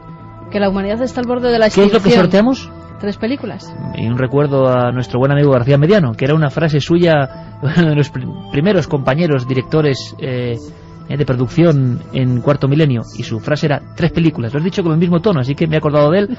Un gran abrazo a Rafa García Mediano. Pues son 3 películas de Warner Bros. Vamos ahora con lo que estaba haciendo la gente ese 11S. Esther decía, estaba con mis abuelos y mi hermano en un centro comercial comiendo, y cuando llegamos a casa lo primero que vimos fue como la gente saltaba al vacío desde las torres. Solo tenía 10 años. Es lo más terrible. En fin, y lo sigues viendo y te tapas los ojos para no verlo, como si tapándote los ojos, como con la sábana, ¿no? El efecto sábana no ocurre, pero está ahí en la pantalla. Guillermo nos decía, yo sobre todo eso pensé que era una película, pero cuando dijo la famosa frase Matías Prats, Arturo, la otra torre ha sido la otra torre, Dios santo, es impresionante, ya me di cuenta de que no era así. El 11S estaba sola en casa comiendo una sopa de fideos. Al principio no me es que la gente se acuerda. Esto es muy interesante porque hasta del más mínimo detalle. Son momentos que no olvidaremos nunca. Oye, y que esa noche, y eso es un detalle también importante, en los informativos de la noche ya se estaba dando el nombre de Osama Bin Laden. A mí me sorprendió mucho la rapidez también de la relación. Realmente casi nadie conocía ese factor, ¿no? Dice que llamó a su padre para confirmar que lo que veía era real y que la sopa, por supuesto, se la quedó fría. Nos lo comentaba Inés. Raquel Macías dice, yo apenas tenía 11 años y fue la primera vez que se me pasó por la cabeza lo que cambian las cosas de un día para otro y lo fácil que es hacer un gran daño. Mario Zapa dice, yo a las 14:45 estaba delante de la televisión viendo las noticias y entonces conectaron en directo. Desperté corriendo a mi hermano que estaba echándose una siesta y no me despegué de la tele ni de la radio durante muchas horas. Fue sin duda el sonido del nacimiento del siglo XXI. Fue como otra gran noche de los transistores. En España ya teníamos, ¿no? Desde luego, desgraciada experiencia a este nivel, pero fue noche de televisores, noche de internet, noche de muchas cosas. ¿Y qué dice nuestro público? Luego luego seguiremos, queremos saber qué estáis haciendo el 11S en esta fecha, 10 años, cómo pasa el tiempo, y también hay que saber un poco de la encuesta, es decir, cómo van los temas, si las apuestas de Javier Sierra y de Santi tienen efectividad o no. Vamos a verlo. Mira, solo una cosa, y que nos escriben desde Nueva York, Alberto González. ¿Desde Nueva York? Está ahora mismo en Nueva York, nos decía, os envío un abrazo, en estos momentos me encuentro en la Rockefeller Plaza. Qué bonito sitio. Deciros solo sobre la fecha de mañana que la gente de aquí lo vivió muy intensamente. He podido saber que se han triplicado la policía en estos días. Normalmente hay 7.000 y ahora hay muchos más controles. Al parecer es que se está esperando otro atentado. Eso decían las que no, las por noticias. Favor. 3:29, un corresponsal en vivo desde Nueva York, que oye Milenio 3. Esto es la magia de la radio. Y yo recuerdo en mi primera visión de la Zona Cero, pocas veces he sentido ese hálito del viento, esa soledad, ese dolor concentrado. Era el vacío en mitad de la ciudad con más vida del mundo, posiblemente. Yo me acuerdo pasar por los túneles que habían puesto para dar la vuelta a donde se encontraban las Torres Gemelas, que pasaba mucha gente, ¿te acuerdas? Y todo el mundo iba callado, y eso que hacía ya muchos años que las Torres Gemelas habían caído. Yo tuve una firma de libros en un Borders, en una de las librerías justo enfrente de la Zona Cero, y la verdad es que la recuerdo con extrañeza, porque desde la mesa donde estaba firmando ejemplares de mis novelas estaba viendo ese hueco ahí vacío. Y bueno, en fin, es uno de esos recuerdos que supongo que me acompañará. Y además sale de nosotros, ¿no? De nuestra alma. Y habían pasado una años. Sensación muy curiosa, ¿no? Que nadie va a olvidar todo esto, y todavía quizás demasiado pronto para descubrir cosas y para entender muchas historias y somatizar todo esto. Pero desde luego, yo creo que en común, ¿no? Este equipo de Milenio 3 da un abrazo muy grande a Nueva York, que es una de las ciudades más apasionantes del mundo. Nos consideramos fans de Nueva York. Y de verdad que la has visto 1000 veces antes de acudir, y cuando acudes te sigues quedando igual de maravillado. O sea que la magia está ahí. ¿Cómo va la encuesta? Pues vamos con la encuesta en ikerjimenez.com. Pueden seguir votando durante toda la semana. La pregunta es: ¿cuál es el tema del misterio del año 2011? Va ganando Santi, Wikileaks. Vaya. 36,6. Después Tormentas Solares, 32,3. Wikileaks va ganando. Wikileaks va ganando. Santi Camacho y su poder.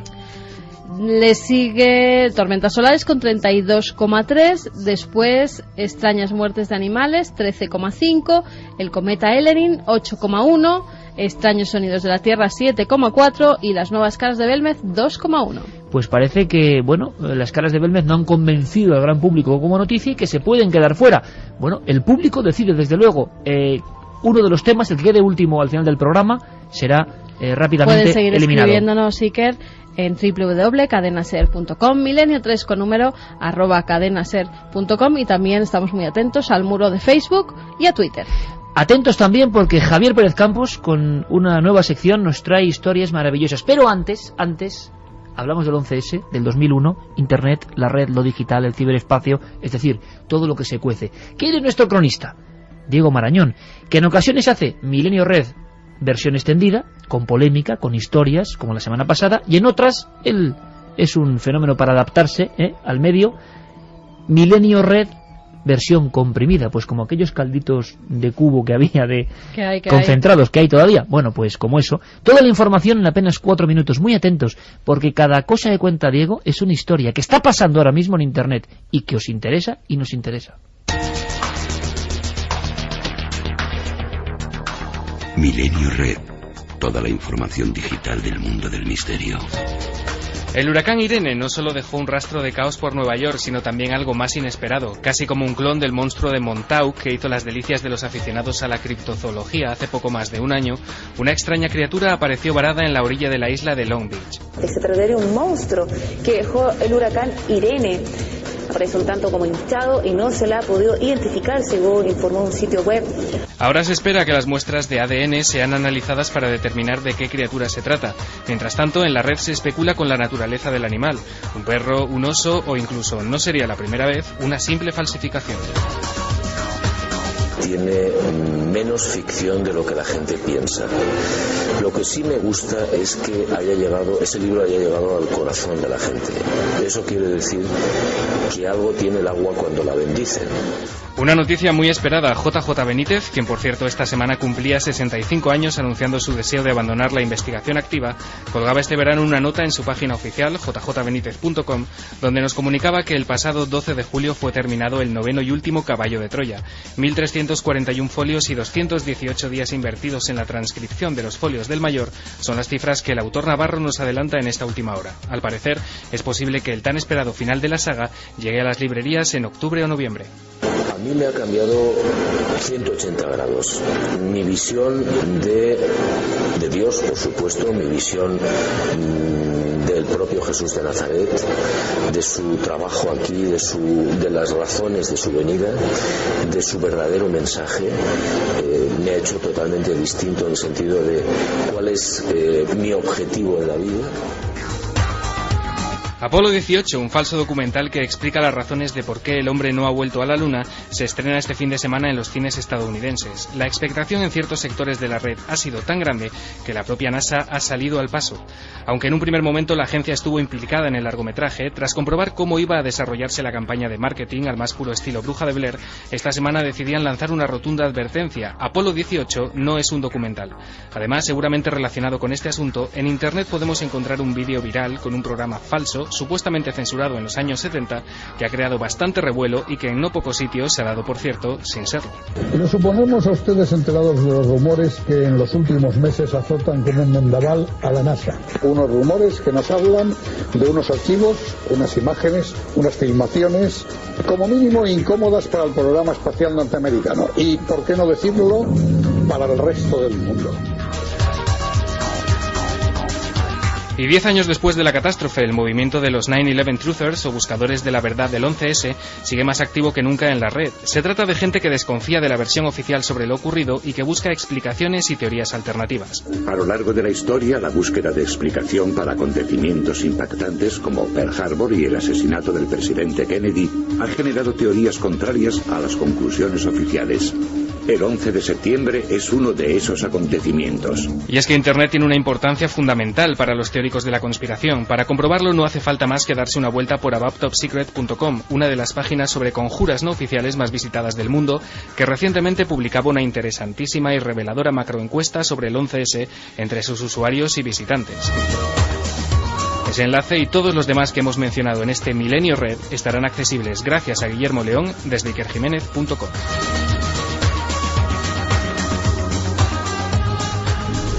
No todo es lo que parece. Milenio 3, Cadena Ser, Iker Jiménez. Basado en hechos reales.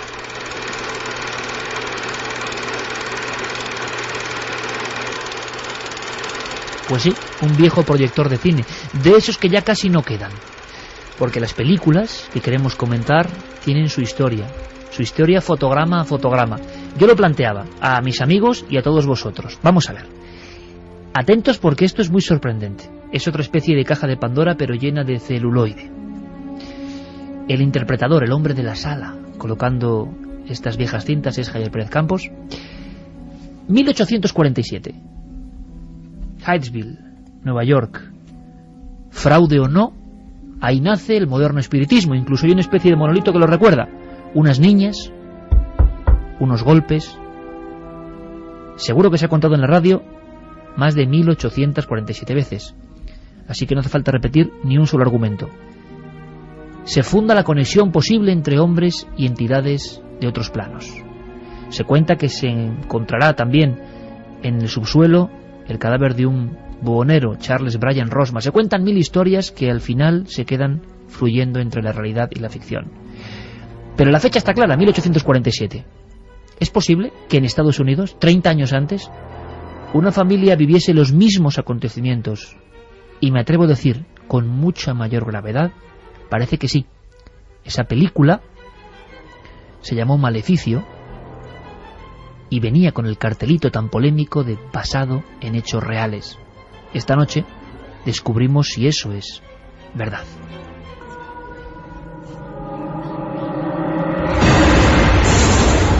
Primero ruidos en la pared. A continuación, pasos. Y luego la abofeteó en la mejilla una decena de veces. Aquí hay algo maligno.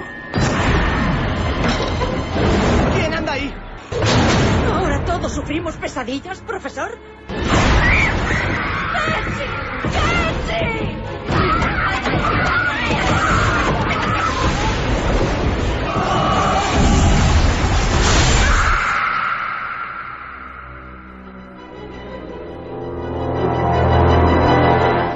3:39. Seguro que muchos habéis visto esta película, con algunos efectos muy poderosos, muy desagradable. Es ese tiempo del Estados Unidos profundo y una familia que parece que está conviviendo casi con lo infernal. Pero es 30 años antes, repito, de los primeros sucesos del espiritismo. Maleficio. Javier Pérez Campos, compañero, resulta que Maleficio tiene una historia real muy poco conocida aquí en España. Pues sí, Maleficio es una película que además pasó un poco desapercibida, ¿no? Para mi gusto, por todo lo que muestra, ¿no? Y cómo lo muestra. Cuenta la historia, y nos vamos a centrar en la historia real, que tiene una fuerza, como decimos muchas veces, ¿no? La realidad supera la ficción. Y bueno, pues la familia Bell vivía tranquila en el pequeño pueblo de Red River, actualmente conocido como Adams. O sea, tenemos pueblo y familia, o sea, no estamos hablando de una ficción. No, tenemos incluso fotografías grabados que ahora iremos comentando. Y bueno, pues esta familia llevaba 15 años viviendo en la completa tranquilidad de esa cabaña de madera, cuando de repente alrededor de este lugar empiezan a ocurrir fenómenos de todo tipo. Empiezan como pequeños arañazos en las ventanas, pasos en el piso superior de la casa, e incluso visiones muy bizarras. El padre John Bell, padre de familia, una noche que regresa de caza y se encuentra merodeando por la puerta de su casa una extraña figura. Es un perro con la cabeza de un conejo que camina sobre sus dos patas traseras. Eso es lo que dice el padre. Todo esto se recoge, y ahora lo comentaremos, en un libro que investigadores y coleccionistas han buscado durante mucho tiempo y que tienen en su poder incluso.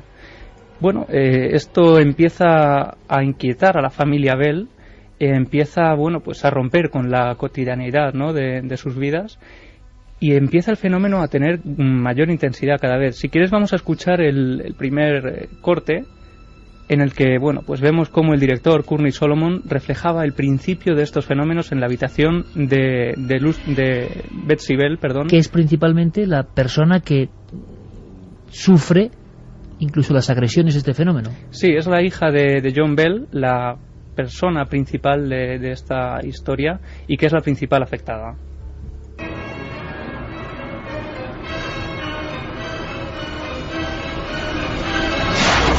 Betsy, ¿qué ha sido ese ruido? Madre, hay algo en mi habitación. Cálmate, cariño. Tranquilízate. Hay algo en mi habitación. El viento ha abierto la ventana. Voy a cerrarla. No, aquí dentro hay algo. Ha conseguido entrar. Seguro que muchos estarán pensando en El Exorcista. Parecía la conversación entre la niña y su madre: en esta habitación hay algo, ha conseguido entrar. Claro, nos trasladamos a 1973. Pero no, esto es 140 años antes. ¿Qué estaba pasando?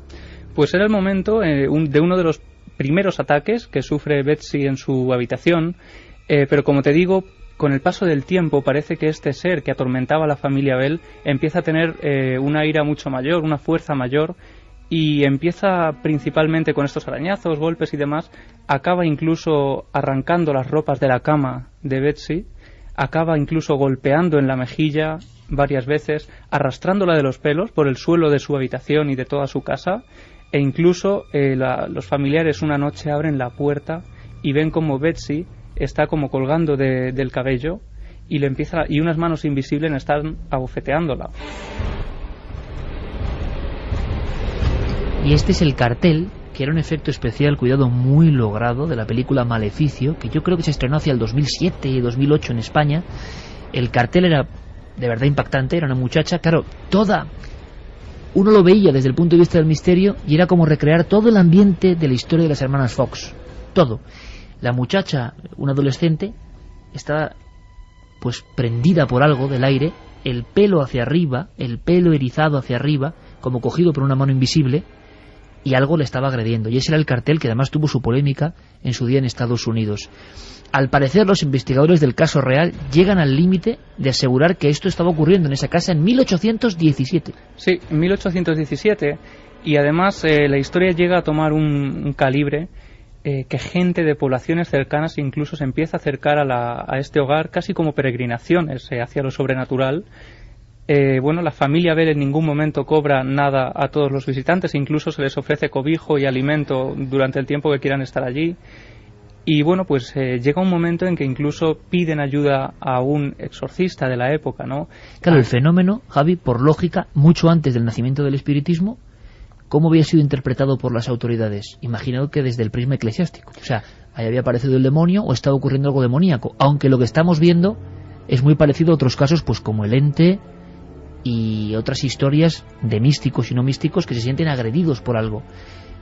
Entonces, la gente imagino que tendría miedo y acusaría a las fuerzas del mal de estar actuando ahí. Sí, se habló casi de un demonio, de un ente que venía del más allá para atormentar a esta familia.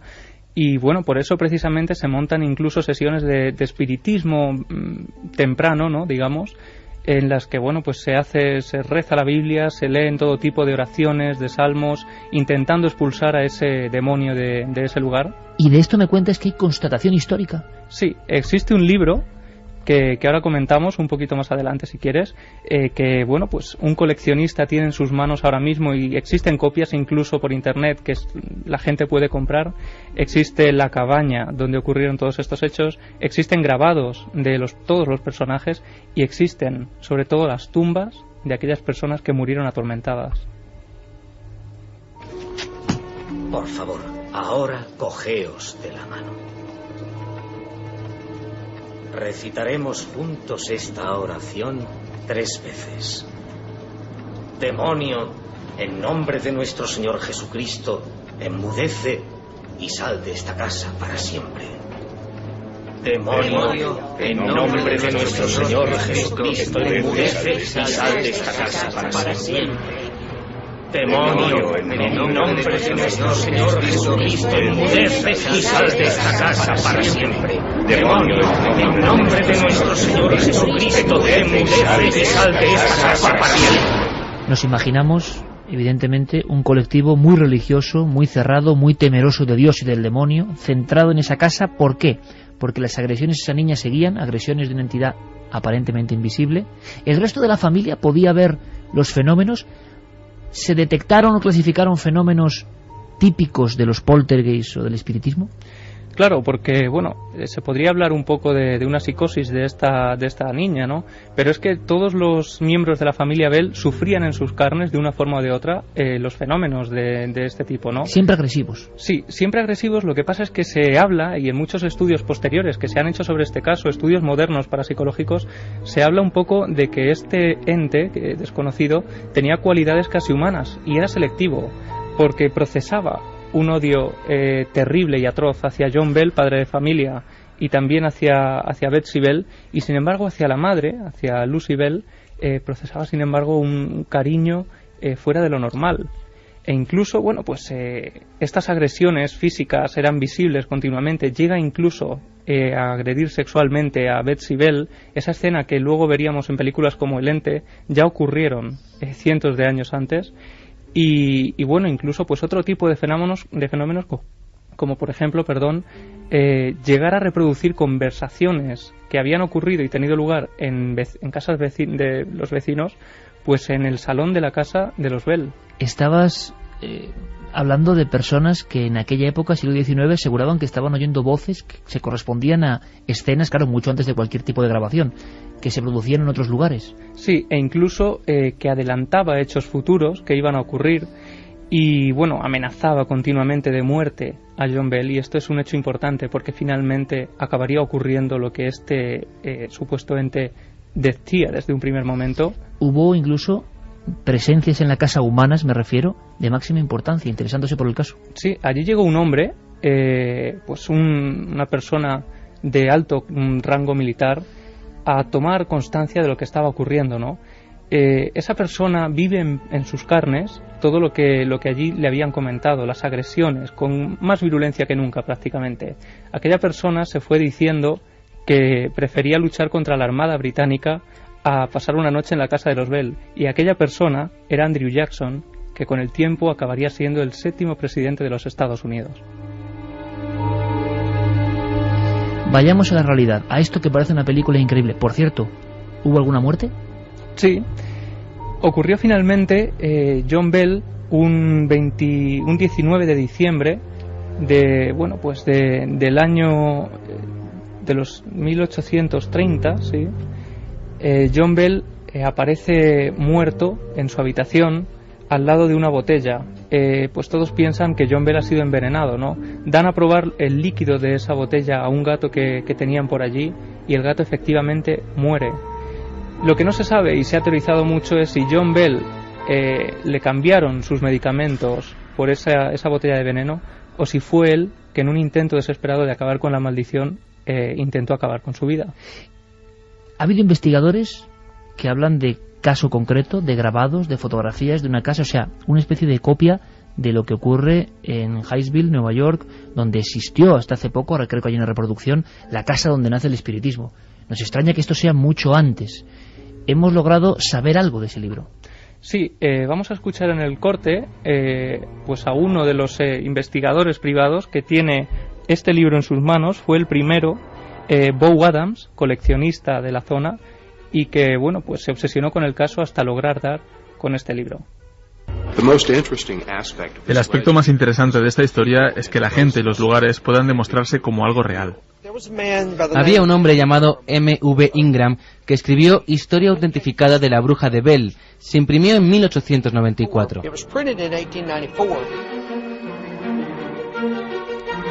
1894, un libro siempre desde el punto de vista de lo brujeril, nunca mencionando el espiritismo, pero lo que cuentan en esa casa pues tiene mucho que ver con fenómenos que todos conocemos, se han hecho célebres después. Esa familia, al parecer, pues fue enterrada cerca del lugar y está en sus tumbas. Existen documentos sobre sus tumbas y los principales protagonistas de esta acción o infestación diabólica, según la mentalidad de su tiempo.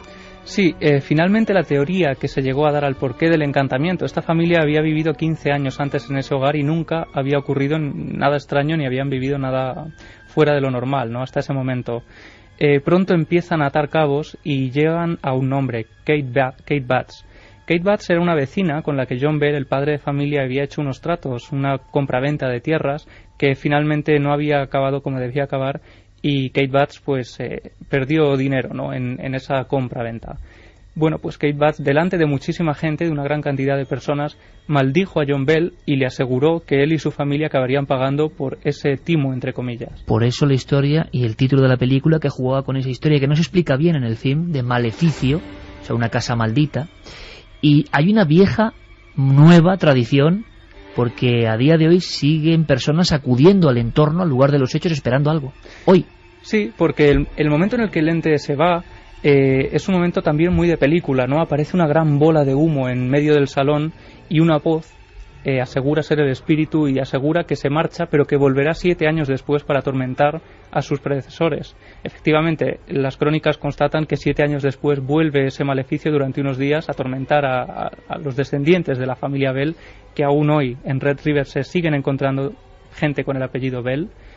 Y en ese momento, a los 7 años, dice que volvería 135 años después. Pues bien, Iker, esa casa sigue hoy en pie, es un museo, el Museo de los Bell, donde se habla de toda esta historia, y son decenas los visitantes que a estas horas de hoy siguen acudiendo al lugar casi en peregrinación, siguen haciendo fotos y siguen contando experiencias de imágenes donde se ven cosas bastante extrañas, de grabaciones fuera de lo normal e incluso de esas sensaciones como si la maldición continuara allí hoy en día. O sea que en la época de lo digital, en pleno siglo XXI, evidentemente un hecho que seguro que tendrá componentes de leyenda adosados con el tiempo, historias absolutamente delirantes, pero que parece que tienen una base real. Hay investigadores y ese libro, que sería una joya encontrarlo, chicos. Yo creo que ese libro de 1894, hablando de un caso 30 años antes de la familia Fox, me parece sorprendente. Yo no conocía la historia, investigaremos, pero es que hay muchas películas que tienen pues como un doblaje maldito en este sentido, ¿no? Se olvidó parte de la información, una información que nos interesa desde el punto de vista de la realidad. Sea exagerado o no, hoy en día sigue la peregrinación a este lugar concreto, a una humilde casa de madera. Es el origen, la historia real que esconde la película Maleficio. Javi. muchísimas gracias por esta extraña proyección. Gracias, Iker. Y puede que nos dé tiempo, Carlos Largo, a tener incluso un colofón, un minuto, una especie de recuerdo, ¿no? Hoy hemos tenido muchos recuerdos, desde luego, pero uno, casi como un sello sonoro, de algo que tiene que ver con este programa. Son las efemérides, pero centradas en Milenio 3, historias que ocurrieron en estos micrófonos.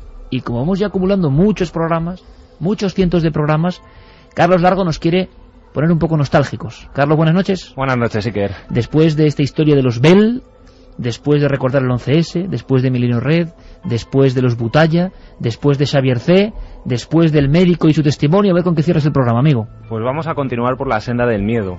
Y además vamos a escuchar una grabación que realizasteis para una investigación muy especial.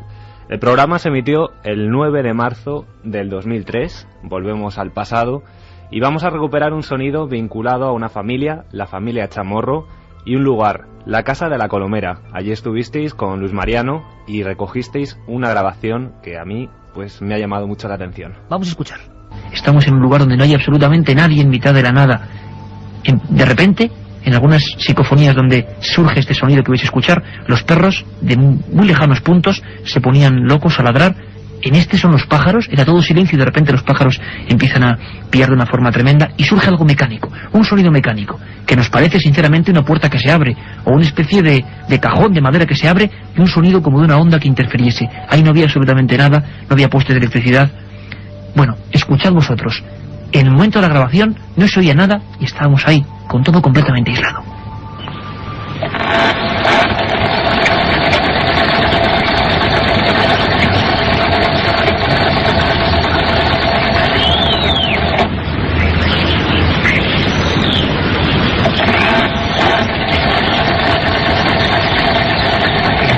En mitad de la Sierra Morena, y una grabación que tiene mucho, yo creo, analizándola, de sonidos extraños, pero también de sonidos del arrastre del motor del minibus, sí, por lo que nos dijeron en su momento.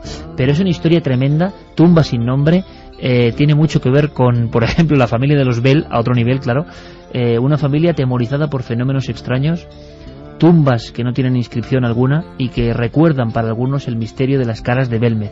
En fin, un recuerdo sonoro, una historia, algo que recordarán muchos oyentes que hace ni más ni menos 8 años ya estaban con nosotros.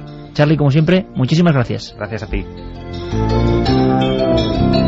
Y menos mal que con esta neblina oscura que hoy ha protagonizado nuestra emisión de 2 horas y media, menos mal que tenemos esta canción absolutamente prodigiosa, que es Luz de la vida, alegría, Circo del Sol. Uno de los ganadores es David Martín de Madrid, que decía que aquel 11 de septiembre, que tenía poco más de 12 años y estaba viendo la televisión, por lo que lo viví como tanta gente en directo. Hoy, 10 años después, estoy en el último año de la carrera, aspirando a ser periodista, y me pongo en la piel de José Antonio Marcos, Javier del Pino y de todos los compañeros que tuvieron que narrar en directo un hecho tan atroz. Creo haber crecido con esa imagen en la retina y que ha marcado a toda mi generación, que posiblemente es más consciente que nunca del dolor que unos seres humanos pueden infligir a otros por el, en ocasiones, nefasto poder de las ideas. En ocasiones no, siempre, el nefasto poder de algunas ideas. Es verdad, José Antonio Marcos, Ponseti, Javier del Pino, compañeros de nuestra quinta radiofónica, vamos a decir así, sorprende ver todo esto. Parte de la historia, como parte de la historia, son las cosas que nos cuenta, y él mismo en sí, Santiago Camacho. Hasta la próxima semana, compañero, y en poco empezamos la aventura televisiva. Eso te iba a decir, que ya queda poquito para que nos veamos los domingos. Y yo creo que va a ser espectacular, ¿eh? Yo solo os puedo decir una cosa, ¿eh? Estoy más emocionado que nunca, con las posibilidades, no solo de estar con vosotros aquí en la radio, en este programa reformado, sino de lo que viene en la tele. Y ahí estará, como siempre, Javier Sierra. Pues ahí estaremos. En 7 días otro archivo. Estoy ya me conoces, ¿no? Estoy con los dientes largos ya. Lo sé. Y yo también. Vamos a ver qué caso es el que desempolvamos y volvemos a traer a estos micrófonos. Y además sorpresas que ojalá estén Mariano Revilla, Merallo y compañía mediante para la próxima semana. Javier Campos, gracias, compañero. Gracias, un abrazo. Felices investigaciones por esa piel de toro. Carmen, nos vemos en 7 días. Nos vemos en 7 días y alegría para todos. Alegría para todos. Carlos Largo, Fermín Agustí, que nos han puesto la carne de gallina con el 11S. Noel Calero, gracias, el mago del sonido, y ahora noticias en la SER. Sed muy felices, amigos.